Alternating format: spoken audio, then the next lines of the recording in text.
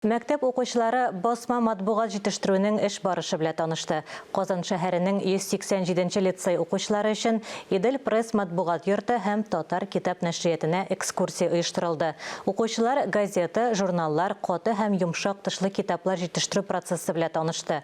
Югары тизлектә эшләүче бастыру машиналары эшчәнлеген күрде. Татарстанда балалар өчен чыгарыла торган журналларның баш мөхәррирләре белән очрашты. Татмедиа агентлыгы Идел пресс белән берлектә полиграфия юнәлешендә World Skills хәрәкәте белән актив хезмәттәшлек итә.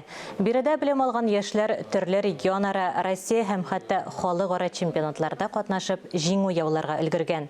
Мәктәп укучылары белән булган хезмәттәшлек озак көттермәс, киләчәктә чемпионнар булырлык алмаш буында тәрбияләнер. Балаларның мәктәпләрендә үзләренең кичкенә генә типографиялары бар. Шуңа күрә аларның уку вакытында да ниндидер өйрәнү, ниндидер китап бастыру һөнәрен өйрәнүгә бәйле кызыксынуларга ихтыяҗ бар. Бала кешенең сораулары, яшьләрнең сораулары, алар хәтта миңа да кызык булып китте, чөнки аларның фикерләве дә башкача, аларның фикерләве яңача һәм безгә менә шундый яңа фикерләүче балалар, алар безгә бик кирәк.